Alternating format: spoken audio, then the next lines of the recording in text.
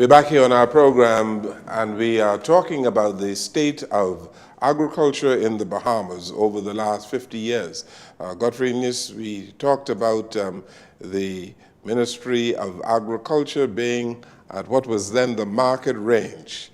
The market moved. Yes.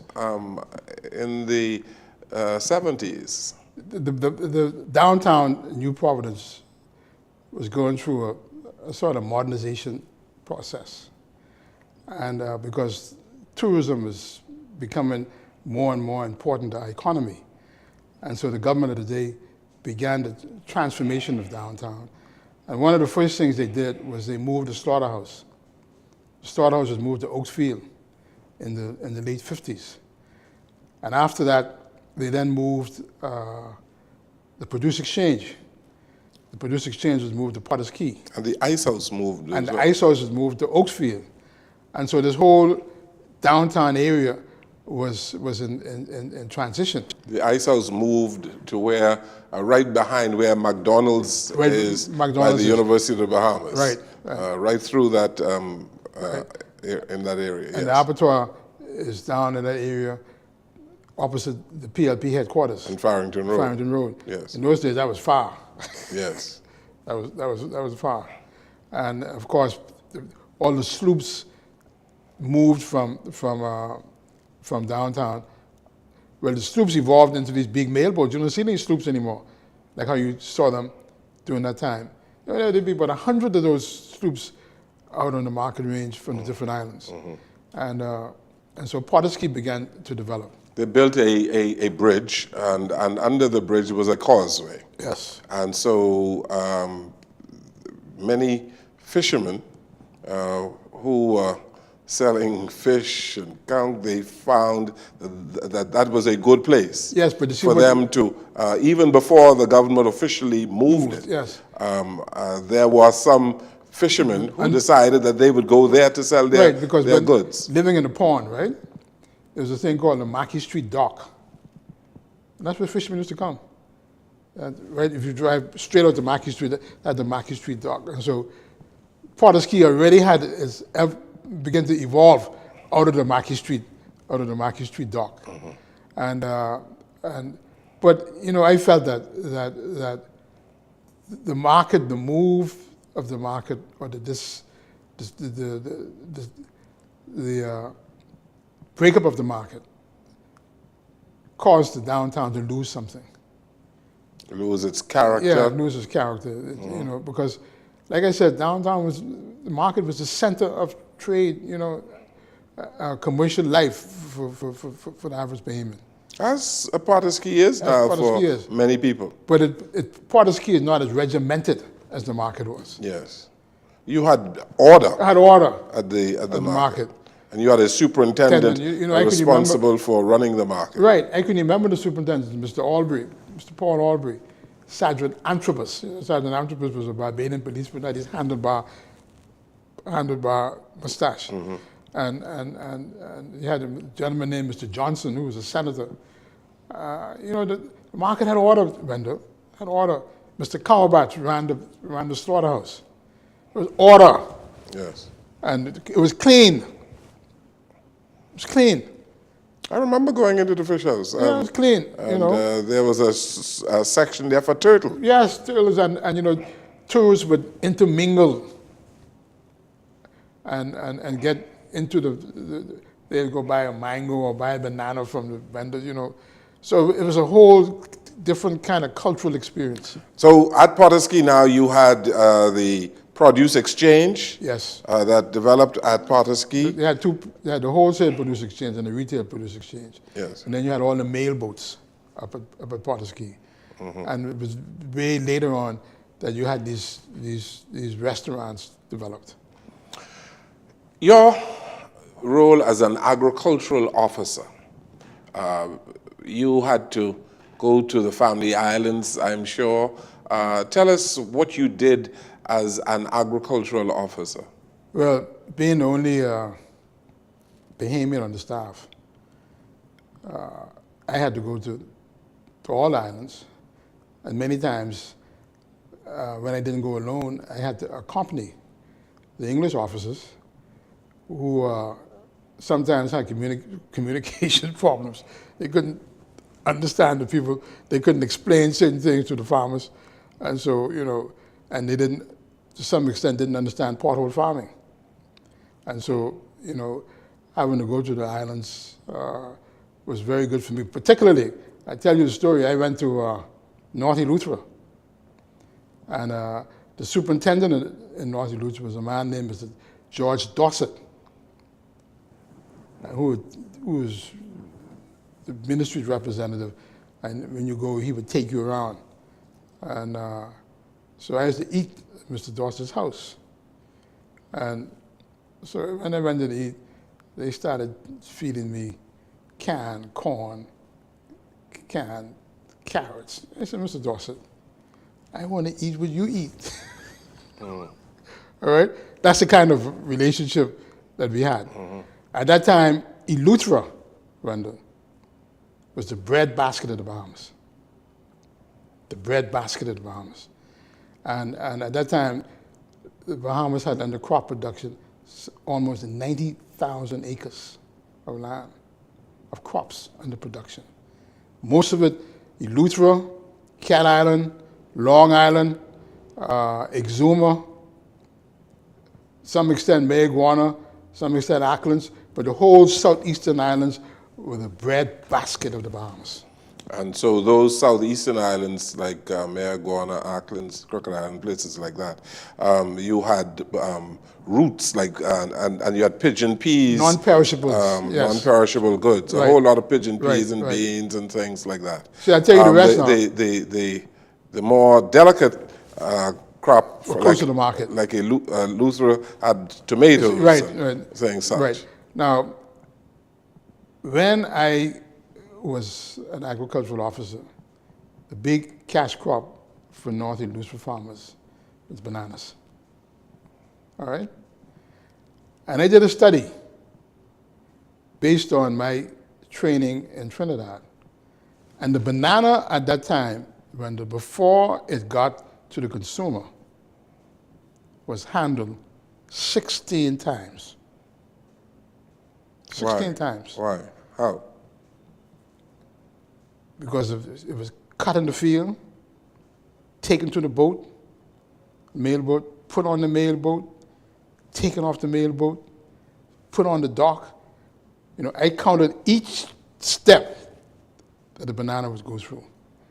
And the Bahamians, because some of us have started going to the food store, wanted these nice, yellow, unblemished banana. All right? But the Bahamian banana was of a better quality. It's sweeter quality. And the reason why I got bruised is because the high sugar content. And the skin was lighter. The skin was thinner. Yes. All right?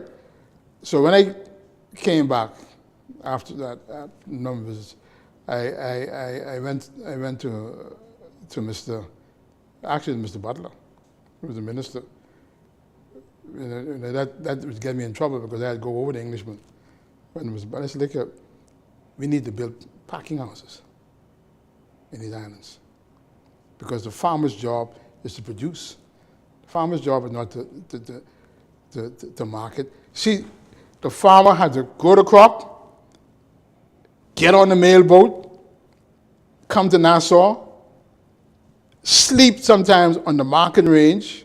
He come on a Monday or Tuesday and he go back on a Thursday or Friday and come back again and sell his product. All right? The producer exchange is only buying a limited amount. And many farmers felt they couldn't make money by selling to the producer exchange. So they sold themselves. Those who didn't do that would entrust their produce to the captain of these boats. And so you had to go throughout these family island communities, Right. teaching people various, giving them the rudimentary steps Right. on how to develop their crops. But what is very important was the construction of the packing houses. Yes, but that came much later. Well, it came in the 70s. In the 70s, but by that time, Mr. Milo Butler then was no longer. No, he was no longer the minister. Yeah, No. you worked with George A. Smith. Well, actually, it was on George's watch that these packing houses were built. And these packing houses were built in how many islands? Well, because of the volume of produce that we had, we built 3 in Eleuthera, 1 in the north, 1 in the central, and 1 in the south. All right? 1 in Exuma, 2 in Cat Island, no, 1 in Cat Island, 2 in Long Island, and 1 in the north and 1 in the south, and 1 in Andros, because Andros was just coming on stream. Yeah. And then we built a retail outlet in Freeport, because Freeport was a big market, and we wanted to send Bahamian local produce to Freeport, so we had it. So the infrastructure was there. You worked with a number of professionals, Bahamian professionals, and I think I remember some of them. Oris Russell was a permanent secretary, who I'm told was a very good permanent secretary. And then you worked with Claude Smith, who was, you succeeded him as director. Right. Yeah, so you were able to be promoted in the Ministry of Agriculture through the ranks, becoming director. Tell us about the quick rise. Get back to the Mr. Russell era, right? Mr. Russell was when I had a great deal of relationship with him as an apprentice. See, I went to the Botanic Gardens, and Mr. Russell was the director, right? And also in charge of the Botanic Gardens was a man named Palestine Michael. I don't know if he lived down by. I heard about him. By where the Munnings used to live on Monroe Avenue, right? Very, very excellent, practical man. You know, teach you how to bud, graft, you know, how to graft and prune, and he taught you the practical things. That's what I learned principally at Chippingham. And then when I came back, like I said, the department was filled with Englishmen. And Claude Smith joined it because at the time when he joined as director because he had Owens, Illinois, which was responsible for the sugar operation in Abaco, closed. And so they made Mr. Smith the director of agriculture, and I was his deputy.